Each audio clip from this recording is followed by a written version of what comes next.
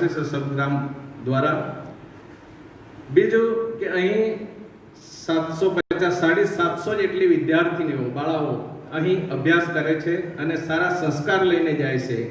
ધાર્મિક સંસ્કારો દરરોજ સવારમાં ઉઠીને ભગવાન ભાવાવેશ્વર સામે આરતીમાં હાજર રહે, પ્રાર્થના બોલે, શિવ મહિમનો સ્તોત્ર બોલે, એવી રીતના ઘણા સારા ધાર્મિક સંસ્કારો લઈને અહીંથી આગળ એમની જીવનની શરૂઆત કરે છે। સાથે જ શ્રી સદગુરુધામના ગૌ સેવા પણ થઈ રહી છે, જે ગૌશાળા સામે મેઇન રોડની બાજુમાં જ આવેલી છે, ત્યાં ગૌ સેવા થાય છે। ત્યારબાદ અહીં ઘણા વર્ષો આપણે જાણો છો કે સમૂહ લગ્ન પણ થાય છે। સમૂહ લગ્ન કરવામાં આવે છે આદિવાસીઓ બાળાઓનો। એક વર્ષ આપણે 501 જોડા પણ સમૂહ લગ્ન કરીને આપણે વિક્રમ સર્જ્યો હતો। 555 જોડા યુગલોનું આપણે લગ્ન કરાવ્યા હતા।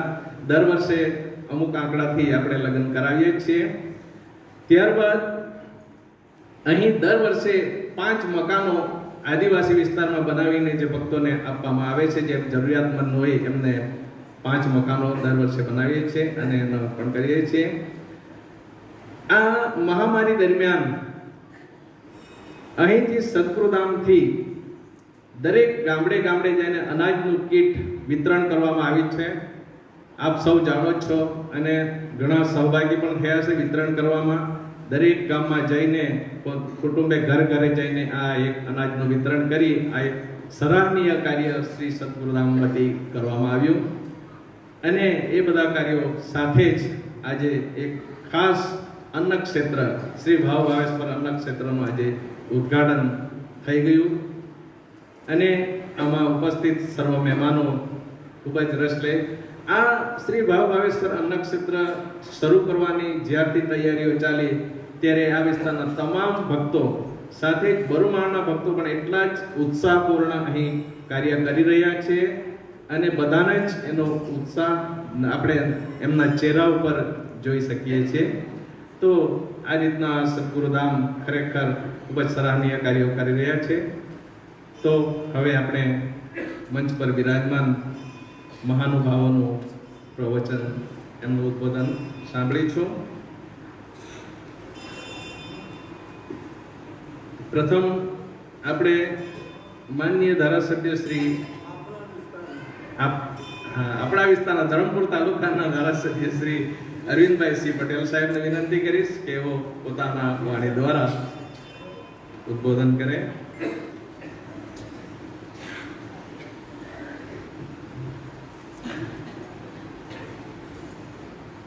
બોલો સદગુરુ।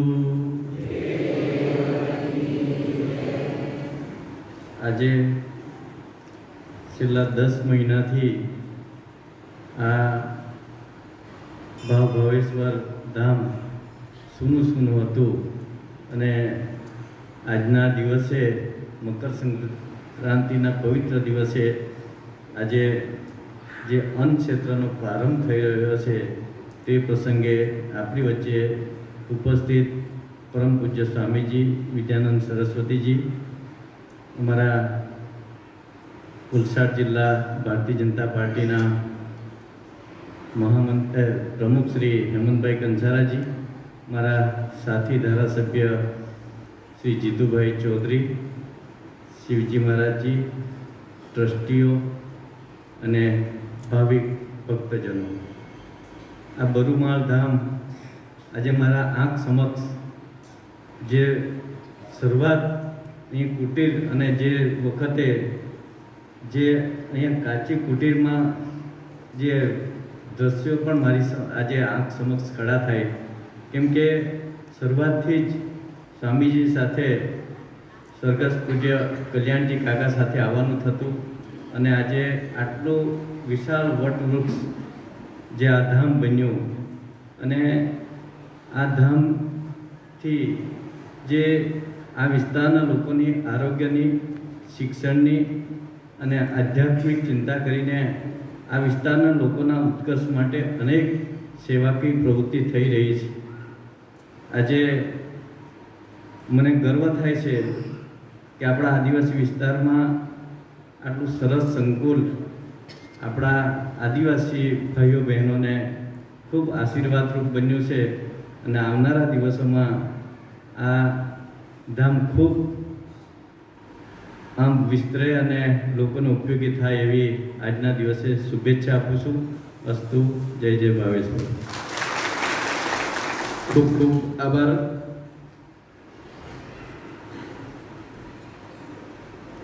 હવે માનનીય ધારાસભ્ય શ્રી કપરાડા વિભાગ શ્રી જીતુભાઈ ચૌધરી સાહેબને વિનંતી કરીશ કે એઓ આજના પ્રસંગ વિશે ઉદ્બોધન કરશે. બોલો સદાગુરુ, બોલો બ્રહ્મલિંગ અખંડ મહારાજ કી જય. બોલો ભાવ ભાવેશ્વર ભગવાન કી જય. આજના મકર સંક્રાંતિના શુભ દિવસે અન્ન ક્ષેત્ર આજથી શરૂ થાય એને આજ સંસ્થા આજ જેને પવિત્ર ધામના આદરણીય અને પરમ પૂજ્ય મહામંડલેશ્વર આદરણીય વિદ્યાનંદ સરસ્વતીજી, આદરણીય ભૂમાનંદજી ઉપસ્થિત, વલસાડથી આપણા રોજ ચાલતા રહે આદરણીય શિવજી મહારાજ, નાસિકથી ખાસ ઉપસ્થિત વિજયભાઈ વાસણ, મારા સાથી ધારાસભ્યભાઈ અરવિંદભાઈ, વલસાડ જિલ્લા ભારતીય જનતા પાર્ટીના પ્રમુખ આદરણીયભાઈ હેમંતભાઈ કંસારા, ઉપસ્થિત તમામ ટ્રસ્ટીગણ, ખાસ કરીને આજે 290 દિવસ થયા. કેટલા? 290 દિવસ. માર્ચ 24 તારીખે લોકડાઉન શરૂ થયેલું તે દિવસથી આપણા ધાર્મિક કાર્ય હોય કે બધા રાજકીય કાર્ય તો ચાલુ હતા પણ ધાર્મિક કાર્ય બંધ હતા. એટલે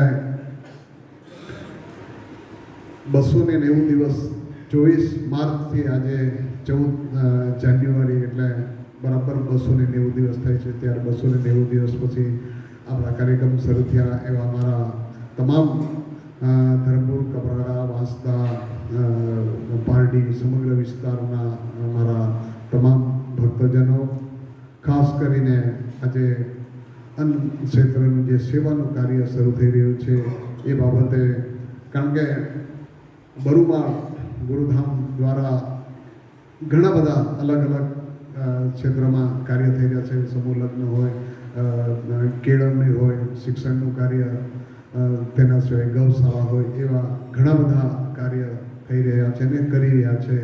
પરંતુ એક વસ્તુ યાદ દેવડાવું, આટલું મોટું સંકુલ ચલાવવા માટે 9 મહિના બંધ થાય તો શું પરિસ્થિતિ થાય? કારણ કે માલ તો જોઈએ ને, માલ વગર તો ચાલે ને, ખર્ચો તો જોઈએ ને, લાઇટ બિલ તો ભરવા જોઈએ, માણસોને પગાર કરવા માટે જોઈએ. ત્યારે આટલું મોટું સંકુલ 9 મહિના સુધી બંધ રહ્યું, એને ચલાવવા માટેની જે મુશ્કેલી પડી, પણ આ તો ભાવ ભાવેશ્વર બેઠા છે, એમના આશીર્વાદથી કંઈ ને કંઈ ગમે ત્યાંથી આવતું રહ્યું, મળતું રહ્યું, અને મુશ્કેલી પણ પડી. પણ એ મુશ્કેલી, કારણ કે આખર તો કોરોના વાયરસનો જે ડર હતો, અને સાચો હતો ડર, ખોટો પણ ના હતો, એ ડરના કારણે આપણે ગુરુ પૂર્ણિમા પણ આ વખતે બહારથી જ ઉજવી અને પોતપોતાના ઘરે આપણી ગુરુ પાદુકા દ્વારા ગુરુ પૂર્ણિમા ઉજવી. આપણે ગુરુ પૂર્ણિમાનો પણ પ્રોગ્રામ કરી શક્યા નથી. ત્યારે છેલ્લા 9 મહિના પછી આજે પ્રથમવાર મળ્યા, અને તેમાં પણ સારામાં સારું કાર્ય અન્નદાનનું શરૂ થયું છે. ત્યારે આદરણીય, પરમ આદરણીય આપણા ગુરુજી જે કંઈ કાર્ય શરૂઆત કરી ત્યારથી આજ દિન સુધી, આમ તો એમને પોતાના હેલ્થની તકલીફ હતી છતાં પણ જે કાર્ય કરવાનું એ કાર્ય કરવા વગર છોડતા નથી. કે ભાઈ મારે આ સંકલ્પ કીધો, ભગવાનનો આદરણીય, જેને એમ કહેવાય કે બ્રહ્મલિંગ અખંડ મહારાજનો આદેશ મળ્યો, જેનો આદેશ મળ્યો તો તે કાર્ય કરવા માટે કોઈ દિવસ પાછળ પડતા નથી. ત્યારે તેમાં આપણે સૌ બધા ભક્તજન આપણે જોડાઈને સાથે રહીને આપણે સારા સારા કાર્ય કરવા માટે આપણને ભગવાને જે સદબુદ્ધિ આપી છે એમના આશીર્વાદ મળ્યા છે. આશીર્વાદ થકી આપણા વિસ્તારનો સર્વાંગી વિકાસ થાય, આપણે સારું કાર્ય કરીએ એવી શુભેચ્છા સાથે વિરમું છું. ભારત માતા કી જય. આભાર જીતુભાઈનો.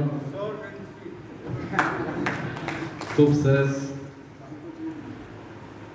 ખરેખર જીતુભાઈએ જે ચિંતન કર્યું કે કોરોના કાળમાં સંસ્થા કેવી રીતે ચાલતી હશે, આપ સૌને હું જણાવવા માંગુ કે જ્યારે લોકડાઉન ચાલતું હતું તે વખતે આપ ફેસબુક પર જોયા હશે લાઈવ કે પૂજ્ય ગુરુદેવ દ્વારા 2 ટાઈમ તો હું કહી શકું પણ એનાથી પણ વધારે ટાઈમ ભગવાન ભાવેશ્વરનો અભિષેક જાતે કરતા હતા. અને જાણે કે સમાજ, આપણા આદિવાસી સમાજના આદિવાસી ભક્તોનું સ્વાસ્થ્યની જિમ્મેદારી ભગવાન ભાવેશ્વરને સોંપે એવી રીતે એઓ ભગવાન ભાવેશ્વરને રીઝવતા રહ્યા છીએ. અને આખા કોરોના કાળ દરમિયાન એમણે ભગવાનની કાયમ પૂજા અર્ચના અને અભિષેક કર્યા છે. જે પણ નાસિકના જે વિદ્વાન બ્રાહ્મણો દ્વારા અહીં અભિષેક કરવામાં આવ્યો, જેથી ભગવાને પણ આ વિચારીને એક આપણને ફળ સ્વરૂપે પણ શ્રી ભાવેશ્વર અન્નક્ષેત્ર ચાલુ થવાની કદાચ આપણને સૂચિ ભગવાને આપી હશે. તો હવે પછી આગળ હું વલસાડ જિલ્લા બીજેપી પ્રમુખ શ્રી હેમંતભાઈ કંસારાજીને વિનંતી કરીશ કે એઓ પણ પોતાના શબ્દો દ્વારા, વાણી દ્વારા આપણને પ્રસંગોપાત ઉદ્બોધન કરે. સદગુરુ મકર સંક્રાંતિના આજના પાવન પર્વ નિમિત્તે સદગુરુ ધામની અંદર આજે ભાવેશ્વર અન્નક્ષેત્ર આરંભ થવા જઈ રહ્યું છે. એવા આજના આ પ્રસંગે ઉપસ્થિત પરમ શ્રદ્ધેય સ્વામી વિદ્યાનંદજી મહારાજ, સ્વામી ગોપાલાનંદજી મહારાજ, સ્વામી શિવજી મહારાજ, ધરમપુરના ધારાસભ્ય એવા શ્રી અરવિંદભાઈ પટેલ, કપરાડાના ધારાસભ્ય એવા શ્રી જીતુભાઈ ચૌધરી, મંચ ઉપર મહાનુભાવો, ઉપસ્થિત ભાઈઓ તથા બહેનો, બરુમાળની અંદર આ પરમ પાવન ધામ શરૂ થયાને આપણા ધરમપુર જેવા આદિવાસી વિસ્તારની અંદર સ્વામી વિદ્યાનંદજીએ આવીને આપણાની અંદર જે એક ધર્મ પ્રત્યેની એક ભૂખ જગાડીને આપણને ધર્મમય બનાવ્યા છે એ બદલ સ્વામીજીનો જેટલો પણ આપણે આભાર માનીએ એટલો ઓછો છે. સાથે સાથે આપણા આદિવાસી જેવા વિસ્તારની અંદર એમણે જે આપણા આદિવાસીઓના ઉત્થાન માટેના ધર્મ પ્રત્યેની ભૂખ તો જગાડે જ છે, પરંતુ સાથે સાથે આપણા વિસ્તારના લોકોના આરોગ્યની ચિંતા, શિક્ષણની ચિંતા, સાથે સાથે આપણા લોકોને આજીવિકા મળે એ બાબતેના પણ એમના પ્રયત્નો રહ્યા છે. સાથે સાથે ધર્મની સાથે જોડીને વ્યસન મુક્તિ જેવા પણ અનેક કાર્યો એમના દ્વારા અહીં થતા રહ્યા છે. સમાજ સેવાના પણ ઘણા કાર્યો એમના દ્વારા થતા રહ્યા છે. અને કોઈ પણ પ્રસંગની અંદર સ્વામીજીને આપણે કોઈ પણ આહ્વાન કરીએ તો સ્વામીજી એ બાબતે તત્પર હોય છે અને એમનો સદાય આશીર્વાદ મળતા રહે છે. આમ આ સ્થાનનો મહિમા એટલો મોટો છે. નરેન્દ્રભાઈથી લઈને મુખ્યમંત્રીઓથી લઈને સૌ એમના પરિચયમાં છે અને એમની આ સેવાકીય ભાવનાથી સૌ પ્રભાવિત છે. આવતી 16 તારીખે પણ આપણા ભારતીય જનતા પાર્ટીના રાષ્ટ્રીય મહામંત્રી શ્રી ભૂપેન્દ્રસિંહ યાદવ અને ગુજરાત ભારતીય જનતા પાર્ટીના મહામંત્રી શ્રી ભાર્ગવભાઈ ભટ્ટ પણ આ સ્થાનની મુલાકાત લઈને પોતાની ધન્યતા અનુભવવા માટે સ્વામીજીના દર્શન માટે એવો આવી રહ્યો છે. આમ આ સ્થાનનું ખૂબ જ અનેરું મહત્વ છે. સમગ્ર ગુજરાત તો આમ સાધુ સંતોની ભૂમિ છે, પરશુરામની ભૂમિ છે, પરંતુ સ્વામીજીએ આ વિસ્તારને જે પસંદ કરી અને આપણને જે ધન્યતાનો જે લાભ અપાવ્યો છે સ્વામીજીએ, એ બદલ સ્વામીજીના જેટલા પણ ગુણગાન ગાઈએ એટલા ઓછા છે. આવનારા સ્થાનની અંદર આપણે સૌ દર્શનાર્થીઓને, ભક્તોને પોતાની દર્શનની સાથે સાથે જઠરાગ્નિ પણ ઠારવાનું આજનું આજે શુભ કાર્ય શરૂ કર્યું છે. એ બદલ સ્વામીને કોટી કોટી વંદન. અસ્તુ. ભારત માતા કી જય. ખૂબ ખૂબ આભાર શ્રી હેમંતભાઈજીને. હવે પછી હું વલસાડથી પધારેલા શ્રી શિવજી મહારાજ પીડભંજન મહાદેવ વલસાડ શિવજી મહારાજને વિનંતી કરીશ એમનો પણ અમૃતવાણીનો લાભ આપણ સર્વેને આપે.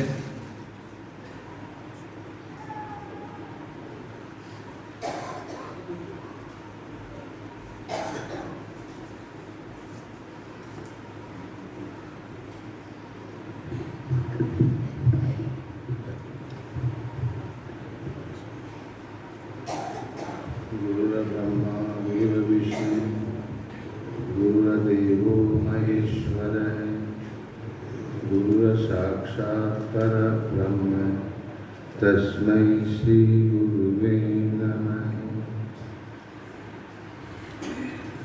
परम सत्य सद्गुरुदेव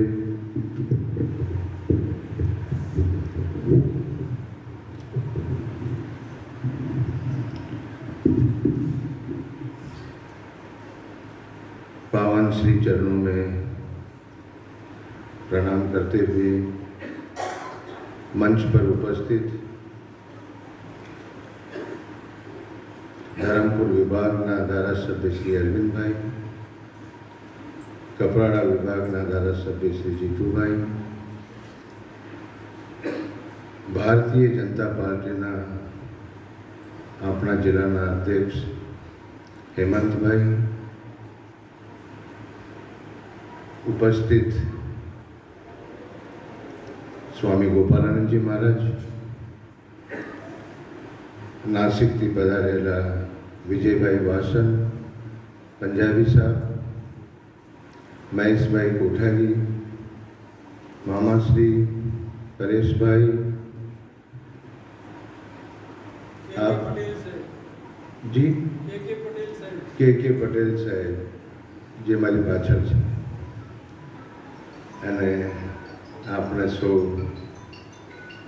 સદગુરુધામ અને ગુરુદેવના સૌ શિષ્યો ભાઈઓ બહેનો અને આજે જ્યારે બરુમાલ મંદિરમાં દર્શન કરવા માટે હું ગયો ઉપર અને લોકોના ચહેરા ઉપર જે લાગણી જોઈ એવું લાગ્યું કે જેમ વર્ષો પછી ભાવ ભાવેશ્વર મહાદેવના દર્શન થયા હોય. દરેક વ્યક્તિના ચહેરા પર આનંદ આનંદ અને આનંદ. અને રોડ ઉપરથી જ્યારે માવલીથી આ બાજુ આવ્યા મહારાજજી તો લોકોની એક જે ગતિ હતી મંદિર તરફ આવવાની એક ભાવ જે હતો અને આજે જે મહારાજશ્રીએ ગુરુદેવે જે નિર્ણય લીધું કે મકર સંક્રાંતિના દિવસે શ્રી ભાવેશ્વર મહાદેવના દર્શન બધા માટે ખુલશે અને આજના દિવસે જ મહારાજશ્રી હું એ નહીં કહી શકું કે આજે જ એનું ક્ષેત્ર ચાલુ થયું હોય. મહારાજશ્રી જ્યારથી આ માર્ગમાં આવ્યા છે સતત સત્કાર્યો સિવાય બીજું કંઈ કર્યા નથી ગુરુદેવે. મોટા મહારાજજીના સમયથી પછી આપની અંદર એમના જ દર્શન અમે કરીએ છીએ. પણ જ્યારે આજે અન્ય ક્ષેત્રનો પ્રારંભ શ્રી સદગુરુધામની અંદર પ્રારંભ થયો તો લોકોને જ્યારે જાણકારી થઈ તો એક પ્રસન્નતાનો ભાવ પેદા થયો. મહારાજશ્રીએ જ્યારે વલસાડમાં અન્ય ક્ષેત્ર ચાલુ કર્યા ગુરુદેવે તો એક દિવસની ઘટના હતી. હું એમ જ સામે બેસેલો હતો. એક કોઈ જેન્ટલમેન જે સારા કપડાં પહેરેલા હતા, સફારી સૂટમાં એક કોઈ ભાઈ હતા, એને સામે 5-6 જણા એકઠા થઈને પરેશાન કરતા હતા. યા એને એવું લાગતું હતું કે આ કંઈ મહિલાઓની છેડતી કરતું હશે, કારણ મહિલાઓનો કોઈ મોટો તહેવાર હતો તે દિવસે. મારી નજર સામે પડી તો એને હું ત્યાં ભૂલાયું. ગુરુદેવ એના હાથમાં જોયા તો મુઠ્ઠી ખોલી તો અંદર સિંગદાણા હતા અને એને ચક્કર આવતા હતા. એવું લાગતું હતું કે માણસ કાંઈ નશામાં હશે. જ્યારે મારી પાસે ભાઈ આવ્યા ને એમના માટે હું એક જ પ્રશ્ન પૂછ્યો મારા માણસને કે ભોગ લાગી ગયો ભગવાનને? બોલે હા લાગી ગયું. અને કંઈક થાળી લઈને આવો. આપ વિચાર કરશો, જેટલું થાળીમાં ભરેલું હતું જમવાનું એ ભાઈએ પ્રેમથી જમ્યા. જમ્યા પછી ઊભા થઈને પોતે થાળી સાફ કરી અને સાફ કરીને થાળી મૂકીને મહાદેવજીને પ્રણામ કરીને નીચે ઉતરી ગયા. ત્યારે મહારાજશ્રી કોઈ એવું વિચાર એક મનમાં આવ્યો અને કંઈ કોઈના શબ્દો મને યાદ આવ્યા. સર પર બે કસી કા સાયા થા, સર પર બે કસી કા સાયા થા, यहाँ कोई नहीं अपना सब पराया था, यहाँ कोई नहीं अपना सब पराया था, मैं भूख से लड़खड़ा रहा था, मैं भूख से लड़खड़ा रहा था, लोग कहते हैं पी के आया था. અંદર પેટમાં એને આગ લાગેલી હતી, ભૂખ લાગેલી હતી, પણ લોકોને પણ આજે જ્યારે અહીંયા ખબર નહીં કયા સ્વરૂપમાં કોણ કોણ આવશે અને મહાપ્રસાદ લઈને ધન્યતા પ્રાપ્ત કરશે, ભગવાન ભાવાવસરના દર્શન કરીને બસ હું એટલું જ કહીશ કે મહારાજ શ્રી ગુરુદેવનું સ્વાસ્થ્ય સારું રહે અને જે 9 મહિના સુધી 10 મહિના સુધી લોકડાઉનમાં મહારાજશ્રીએ જ્યારે દીપકભાઈએ વાત કરી એ સત્ય છે. હું જ્યારે બી ફોન કરું તો યા તો કંઈ પૂજા પાઠમાં હોય, ધ્યાનમાં હોય, યા અભિષેકમાં હોય, યા પરિક્રમા ચાલુ હોય. આ 10 મહિનામાં ખરેખર જે મનમાં આનંદ થયો છે મહારાજજીને જોઈને, બસ ઈશ્વરને એટલી જ પ્રાર્થના કરીએ કે આવા સત્કાર્યો અને આશીર્વાદ અમને મળતા રહે. અસ્તુ. ઓમ શાંતિ શાંતિ.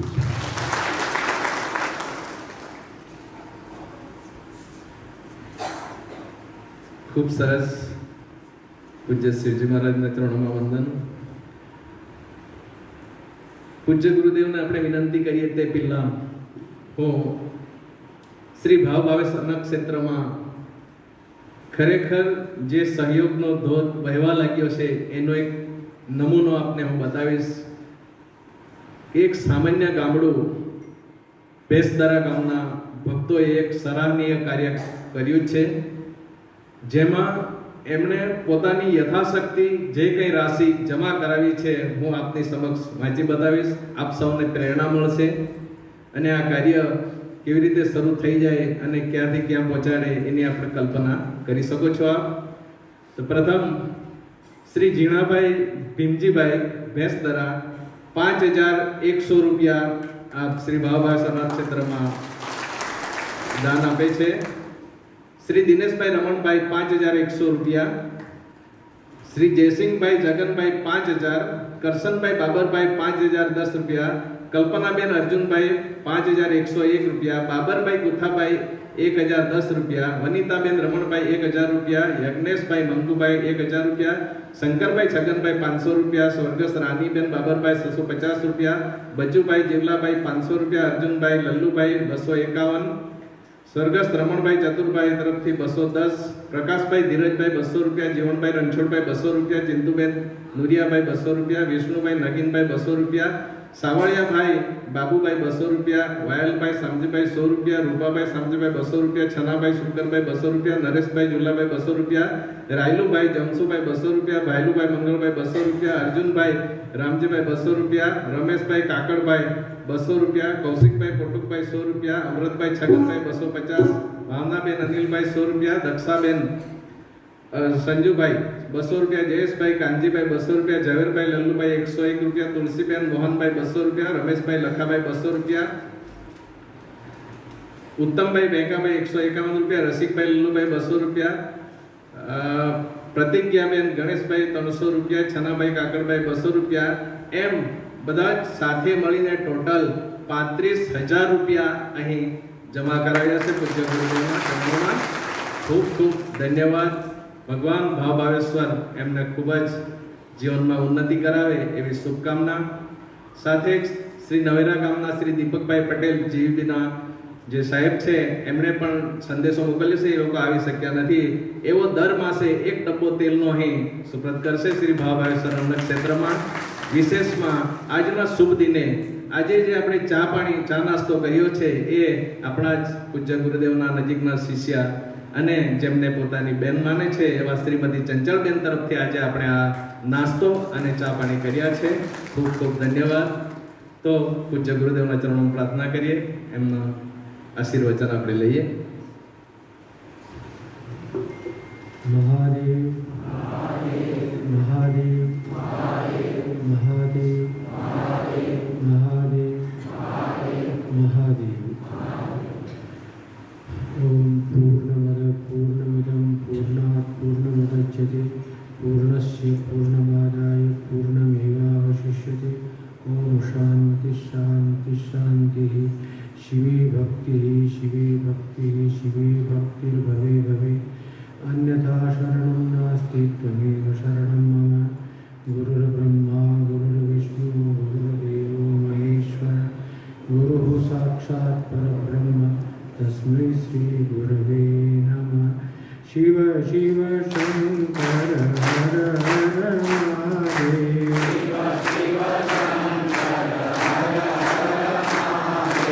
हरि हरि नारायण गोविंद वासुदेव.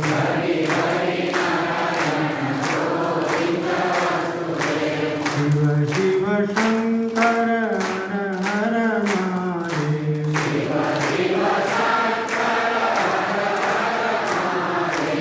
हरि हरि नारायण गोविंद वासुदेव.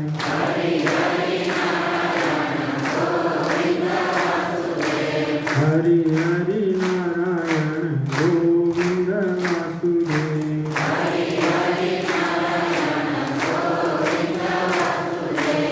भाव भावेश्वर महादेव. भगवती पीताम्बरा मात की. ब्रह्मलीन श्री सद्गुरुदेव स्वामी अखंडानंद जी महाराज की.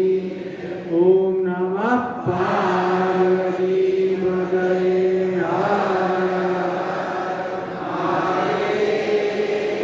हरि बोल.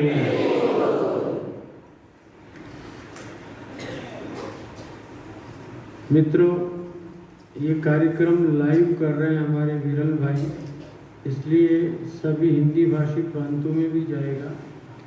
तो मैं अभी गुजराती में सभी ने बोल लिया है, तो मैं थोड़ा हिंदी में बोल देता हूँ, जिससे सबको बाहर लोगों को भी मालूम पड़ जाएगा.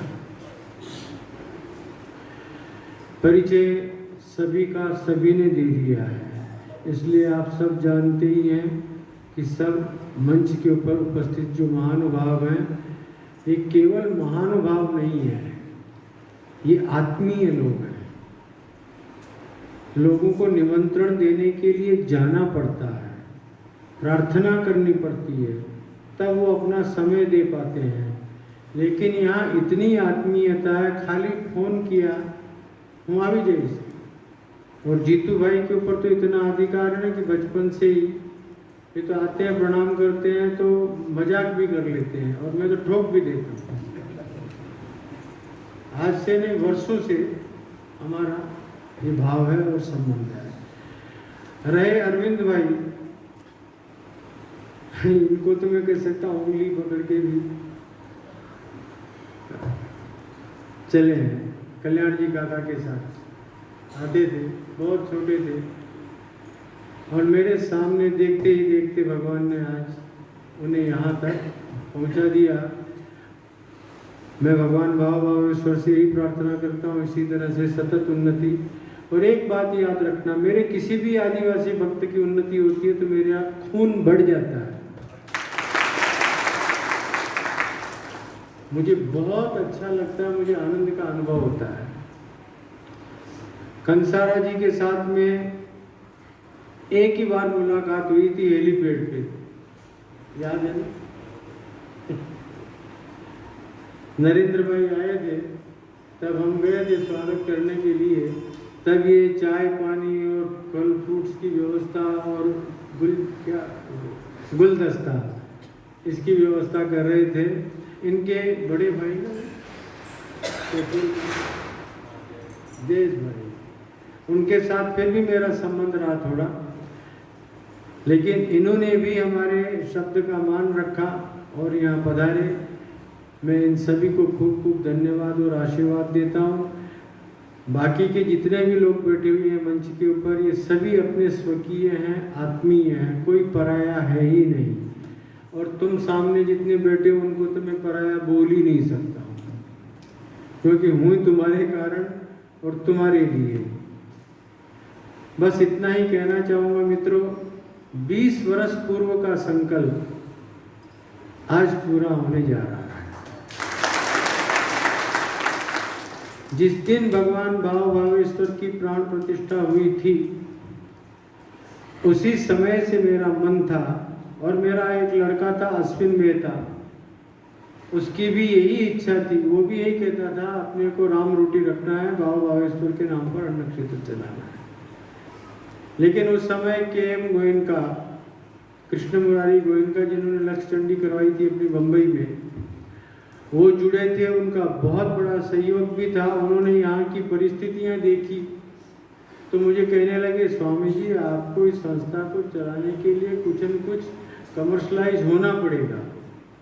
अभी ये सब लोग व्यापारी हैं, कमर्शियल लोग हैं, तो उसी दृष्टिकोण से सोचते हैं। और मुझे बेहद प्यार करते थे दोनों पति पत्नी, इसलिए मैं उनका असम्मान नहीं कर सकता था। उन्होंने कैंटीन खुद ने ही बनवा के भी दिया, गेस्ट हाउस बनवा के दिया और कहा आप ये कैंटीन चलाइए। तो उनके सम्मान के खातिर अब तक चलती रही। अब आ गया लॉकडाउन। मेरे मन में हुआ विद्यानंद, ये समय सबसे बढ़िया है परिवर्तन का। जो संकल्प तेरा 20 साल पहले था, अब गोयनका भी नहीं रहे, वे भी स्वर्गस्थ हो गए हैं, और तुम्हारे ऊपर उनका कोई अब वचन का प्रतिबंध भी नहीं है।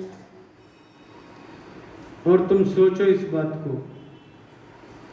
तब एकदम मन में बात आई और हम भाव भावेश्वर के नाम से यहाँ अन्न क्षेत्र प्रारंभ करेंगे। जिस दिन मंदिर का द्वार उद्घाटित होगा उसी दिन से अन्न क्षेत्र का भी उद्घाटन हो जाएगा। ये दृढ़ संकल्प कर लिया मन में। नारायण अन्न में बड़ी शक्ति होती है। वो जमीन में पड़ता है तो उग करके और अनेक गुना फल दे रहा होता है। हमारे यहाँ तो वेद में मंत्र है, उपनिषद का मंत्र है, अन्नम ब्रह्मेति व्यजानात्, अन्न ब्रह्म है। अन्नात् भवन्ति भूतानि, अन्नेन जातानि जीवन्ति, अन्नम संप्रविशन्ति, अन्नम ब्रह्मेति व्यजानात्। अन्न एक ब्रह्म छे और है ही अन्न ब्रह्म। अभी अभी पंडित जी ने आपको एक बात सुनाई कि वो व्यक्ति भूखा था, और सही बात है। अगर आप भूखे को रोटी देंगे तो निश्चित रूप से उसका आशीर्वाद आपको मिलेगा ही मिलेगा। भगवान बुद्ध ने अपने शिष्यों से कहा, जाओ बुद्धम शरणम गच्छामि, संगम शरणम गच्छामि, धम्मम शरणम गच्छामि। इन महावाक्यों का प्रचार करो। बोला इससे क्या होगा? जो सुनेगा तुम्हारा अनुयायी बन जाएगा।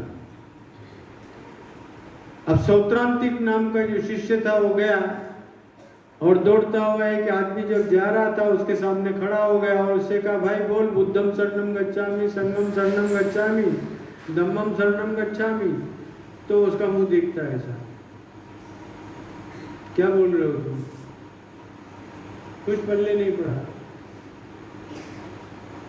उस शिष्य को बड़ा आश्चर्य हुआ कि गुरुदेव ने कहा था, भगवान बुद्ध ने कहा था कि वो तुम्हारा अनुयायी हो जाएगा, लेकिन ये तो मेरा मुंह देख रहा है और उसमें कोई प्रभाव भी नहीं पड़ा। लगभग 11-12 बजे का समय था। दौड़ करके आया और भगवान बुद्ध से कहा कि मैं अभी अभी किसी के सामने बोल के आ रहा हूँ, कोई परिणाम तो नहीं दिखाई दिया। भगवान बुद्ध ने कहा उसे यहाँ लेके आओ। उसे जैसे तैसे करके वहाँ ले गए। अब महात्माओं के यहाँ चकाचक तो घुटता ही घुटता है। मठों में, आश्रमों में भोजन का प्रबंध अच्छा होता है। उस दिन भी खीर मालपुआ बना हुआ था।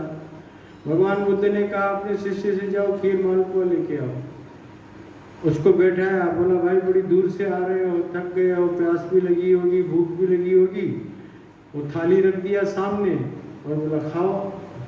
उसे तो लगी थी भूख, बड़े प्रेम से उसने प्रसाद पाया, पानी पी लिया। उसके बाद में भगवान बुद्ध ने कहा अपने शिष्य से, आप बोलो इसके सामने। जब उसने कहा बुद्धम शरणम गच्छामि, तो वो बोलता है बुद्धम शरणम गच्छामि। बोला संगम शरणम गच्छामि, तो बोलता है संगम शरणम गच्छामि। बोला धम्मम शरणम गच्छामि, तो बोलता है धम्मम शरणम गच्छामि। और वो बुद्ध का अनुयायी हो गया। खाली पेट होता है तो अध्यात्म भी अच्छा नहीं लगता है, खाली पेट होता है तो धम्म भी अच्छा नहीं लगता है। इसलिए ये बहुत आवश्यक है। और अन्न ब्रह्म है, क्योंकि आप में जो ब्रह्म बैठा हुआ है, चैतन्य बैठा हुआ है। और वस्तुतः कली काल में तो जो प्राण है हमारे, उन प्राणों का वास ही अन्न में है, अन्नमय प्राण है। प्राण जो है वो अन्नमय है। और अगर अन्न न मिले, देखो थोड़ी देर पानी नहीं मिलेगा तो भी चल जाएगा, चाय पानी नहीं मिला तो भी चल जाएगा, लेकिन भूख लगी हो तो खाए बिना रह सकते हो? खाना ही पड़ेगा। और जो ही पेट में अन्न जाता है, मजाक की बात करता हूँ शिव जी महाराज की, इनको भूख बहुत लगा करती थी किसी जमाने में, और ये बोला करते थे ऐसे मजाक मजाक में कि महाराज जी कभी मैं सड़क के ऊपर गिरा हुआ मिल जाऊं पड़ा हुआ, तो ये मत समझना कि मुझे मिर्गी का दौरा पड़ गया, ऐसा मत समझना, मुझे मिर्गी का दौरा पड़ गया ऐसा मत समझना, और मेरे को चप्पल मत सुंघाना, रोटी के ऊपर घी लगा के मेरे नाक पे रख देना, मैं उठ जाऊंगा। सही बात है, बोला करते थे, रोटी के ऊपर घी लगा के मेरे नाक पे रख देना, मैं उठ जाऊंगा। मतलब अन्न में कितनी शक्ति है आप ये देखिए, अन्नमय प्राण है हमारे। इसीलिए उपनिषद ने कहा अन्नम ब्रह्मेति व्यजानात्, अन्न ये ब्रह्म है। और आज से यहाँ के ऊपर ये अन्नदान का कार्यक्रम प्रारंभ हो रहा है।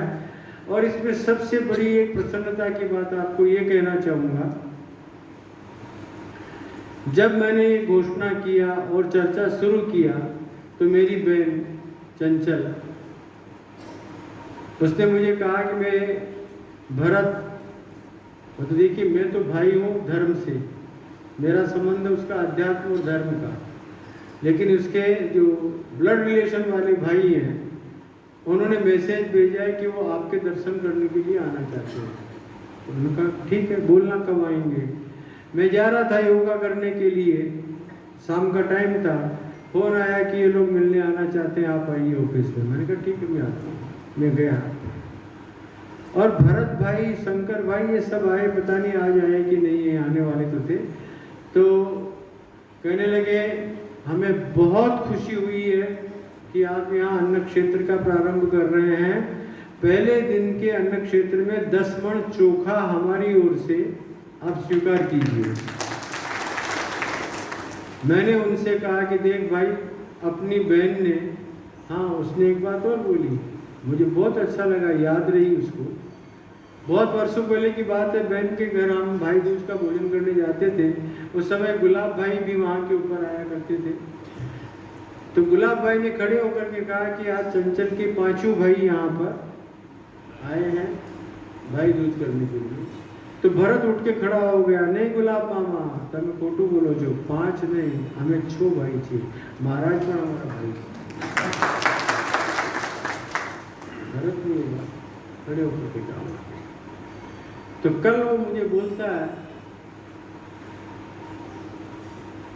10 मण चोखा हम देंगे। मैंने कहा देख भाई, आज दोपहर का जो भोजन है, मतलब आज जो होने वाला महाप्रसाद है, उसकी व्यवस्था मेरे एक मानधना जी करके भक्त हैं बम्बई में, उन्होंने जिस दिन हमने घोषणा की थी उसी दिन हमारी दीदी से कह दिया था, और जब अपने ट्रस्ट की मीटिंग में पास किया था प्रस्ताव, उसी दिन कह के गए कि पहले दिन का जो भी अन्न क्षेत्र का खर्चा होगा आप मेरे से लेना।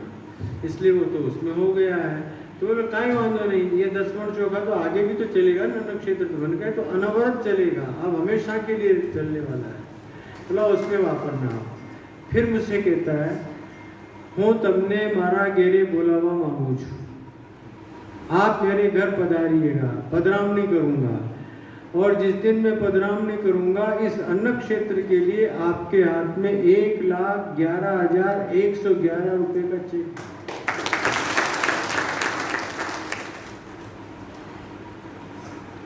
मुझे इसलिए खुशी हुई क्योंकि चंचल के जो पिता हैं रहे, अब तो उनका शरीर नहीं है, छना भाई नानी रोड, वो मेरे गुरुदेव के अनन्य भक्त थे।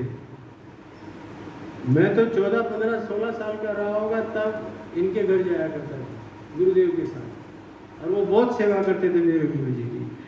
आज उस परिवार ने पहले अन्न क्षेत्र के लिए पहली बार 1,11,111 रुपए की कही तो मुझे इतनी खुशी हुई और मेरे मुंह से निकल गया कि मारा परिवार में कोई व्यक्ति आ बात कही रही है, ये मैंने खूब ज आनंदनी बात। इसी तरह से आज सवेरे सवेरे आ गए बेसदरा के भक्त दिनेश और जीना, और मैंने कही छे गुरुजी हमारा बे फळियामांथी अमे भेगा कर्या छे, बाकीनुं काम चालू छे, हमें तो ले आया छे। मैंने कहा बोलो क्या लेके आए हो? तो बंडल निकाला। मैंने कहा ये तो बहुत पैसे लगते हैं। बोला हाँ ये 35,000 छे, अन्न क्षेत्र माटे छे, आप अन्न क्षेत्र में इसका उपयोग कीजिएगा। बहुत अच्छी बात है। फिर थोड़ी देर बाद भैंसदरा से चिमन भाई आए, मीणा के पिताजी। तो चिमन भाई ने आकर के और मुझसे कहा ये हमारे फलिये से हम थोड़े बहुत इकट्ठे कर सके, वो लाए हैं, मंगू इकट्ठा कर रहा है, वो आपके पास फिर लाएगा, तो ये 3600 रुपया हमारी ओर से भी आप ताली बजाइए उनके नाम पर। मैं कह ये रहा हूँ कि मैं बड़े लोगों की तो बात ही नहीं कर रहा हूँ अभी, वो सब तो करने ही वाले हैं और मेरे ट्रस्टी लोग भी करने ही वाले हैं। मैं तो मेरे सामान्य आदिवासी भक्तों की बात कर रहा हूँ कि उनमें इतना उत्साह आया हुआ है कि वो लाल आकर के और मुझसे कह रहे हैं कि आप इस कार्य में इसको वापरिए। आप ऊपर गए होंगे, भगवान भाव भावेश्वर का द्वार देखा, अभी इन महानुभावों ने नहीं देखा है, हमारे एमएलए साहब ने या हमारे कंसारा जी ने। अभी जाएंगे ऊपर तो दर्शन करेंगे। सोने का वो दरवाजा भगवान भाव भावेश्वर का जाके आए कि दर्शन करें, मेरे को बिना बोले तो वो बड़ा कैसा लगा? नहीं जब नहीं, अभी देखो, आज देखो, कल आपको तो काम पूरा होगा। हाँ अभी देखा नहीं आपने, आप देखिए फिर मेरे को बताना। मेरा संकल्प था कि इन दरवाजों के ऊपर सोना लगे, स्वर्ण मंडित हो। तो एक द्वार भगवान भाव भावेश्वर का संपन्न हो गया। फिर पीताम्बरा के लिए मन में था कि वो तो है सोने की मालकिन, और वैसे भी धड़ी से ज्यादा धड़ियानी ज्यादा सस्ती है। बोलो सही बात है कि नहीं? श्रृंगार तुम ज्यादा करते हो कि घरवाली करती है? और किसके लिए करती है? घरवाले के लिए करती है कि वो खुश रहे मेरे को देख करके, इसीलिए आभूषण पहनती है, सस्ती है, दस्ती है। तो पीताम्बरा तो धड़ियानी है, तो उसको भी सजना चाहिए। तो मेरे मन में आया कि अब उनको भी स्वर्ण चढ़ना चाहिए। तो मैं ऐसे ही पंजाबी साहब से कुछ बात कर रहा था, तो पंजाबी साहब मुझसे कहते हैं कि पीताम्बरा के ऊपर जो स्वर्ण का द्वार बनेगा वो मेरी ओर से हो। तो आप देखिए किस तरह से भगवान अपनी व्यवस्था खुद करने में लगा हुआ है। फिर मैंने अभी विजय भाई वासन से चर्चा किया, तो उन्होंने कहा कि मेरे लिए तो कुछ बोलने की जरूरत है ही नहीं है, आप बैठे हो ना, आपको जो करना हो करना। सचमुच नजर नहीं लगी किसी की उसको, बहुत समर्पित पुत्र है मेरा। फिर महेश भाई कोठारी, मैंने इनसे संकेत किया, तो अभी मेरे कान में आकर के बोल गए कि 1,00,000 रुपया मेरी ओर से ये सेवा के लिए। तो बेटा कहने का मतलब भगवान अपना काम अपने आप करवाता है, बड़ी शक्ति है उसमें। मैंने एक भक्त को फोन किया ग्वालियर, विजय भाई गोयल, आप सभी लोग जानते हैं। मैंने उनसे कहा कि ऐसा ऐसा अपने मंदिर का एक द्वार हो गया है और बाकी करना को आप आ जाइए ना ग्वालियर, वहाँ से सब दरवाजे हो जाएंगे। मैं कहने का उत्साह में आपसे कहना चाह रहा हूँ कि कितना भक्तों के अंदर भाव है और उत्साह है। और इसी तरह अन्न क्षेत्र के लिए भी मेरे आदिवासी भक्त तो साथ देंगे ही देंगे निश्चित रूप से, लेकिन बाहर के भी भक्तों का अपने को बहुत साथ मिलेगा और ये अन्न क्षेत्र बहुत अच्छी तरह से चलेगा, दीर्घ काल तक चलेगा। कम से कम जब तक मेरी जिंदगी है तब तक तो चलेगा, बाकी तो फिर मरने के बाद क्या होता है वो तो भगवान ही जाने। लेकिन चलना चाहिए बाद में भी। आज जलाराम बाबा चले गया, फिर भी अन्न क्षेत्र चल रहा है कि नहीं? चलना चाहिए। आज शिवजी महाराज ने चलाए रखा, हमसे सीनियर है शिवजी भाई अन्न क्षेत्र चलाने में, क्योंकि जो काम मैं 20 साल पहले करने वाला था मैं नहीं शुरू कर सका, उसने कर दिया। आज 20 साल से वो टिफिन सेवा कर रहे हैं। मैंने तो भाव भावेश्वर सम्मान से उनको सम्मानित भी किया था यहाँ, आप लोगों को याद हो तो। इसी कारण से आपको सम्मान किया था अपने लोगों ने। तो भैया ये कार्य खूब अच्छी तरह से आगे चले, बस आप सबका साथ सहकार मिलता रहे सभी भक्तों का, और मिलेगा ही। अब चले हम लोग यहाँ से अन्न क्षेत्र में, और अब परसगारी शुरू करके और अन्न क्षेत्र का प्रारंभ करें। अब व्यवस्था न हो इसकी जवाबदारी आप लोग संभालना। ये सभी महानुभाव वहाँ चलेंगे और अन्न क्षेत्र का प्रारंभ करेंगे। मैं केवल भाव भावेश्वर और माता अन्नपूर्णा से यही प्रार्थना करता हूँ, मेरे गुरुदेव से यही आशीर्वाद की अपेक्षा रखता हूँ। हे गुरुदेव, हर संकल्प को आज तक आपने पूरा किया, इस संकल्प को भी आप पूरा करना, और मुझे पूरा विश्वास है कि ये अच्छी तरह से चलेगा और आप सबका साथ भी मिलेगा। आप सबको खूब खूब धन्यवाद, खूब खूब आशीर्वाद। नाश्ते का प्रोग्राम आज शुरू हो गया, सवेरे 10 बजे तक चलना था, वो 10 बजे तक पूरा हो गया, और चाय पकौड़ी और बटाटा पोहा मस्त मस्त बना। मैं भी वहीं खड़ा रह के खा के आया हूँ सब भक्तों के साथ कैंटीन में। तो ये अच्छी तरह से संपन्न हुआ। इसमें एक बात करेक्शन कर देता हूँ, भक्तों ने बोला रोज मत रखिए चाय नाश्ता, खाली भोजन रखिए, क्योंकि वो रसोईया थक जाएगा।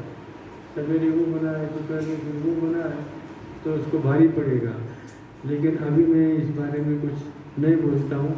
जहाँ तक चलेगा चलाएंगे, सवेरे नहीं चलेगा तो हाथ खड़ा कर देंगे। लेकिन दोपहर का 11 बजे से 2 बजे तक का कि 3 बजे तक का जो अन्न क्षेत्र है वो तो दर रोज चलेगा और चलेगा ही चलेगा। और आप सबको मेरा खूब खूब आशीर्वाद। कल यहाँ कंबल बांट रहे थे हम लोग, तो 3 माताएं आपस में बात कर रही थी। वो मालूम थे कि महाराज चाय नाश्तों भी आपसे, यानी जमवानो भी आपसे, आपने चूल्हा नहीं झंझट मटी गई।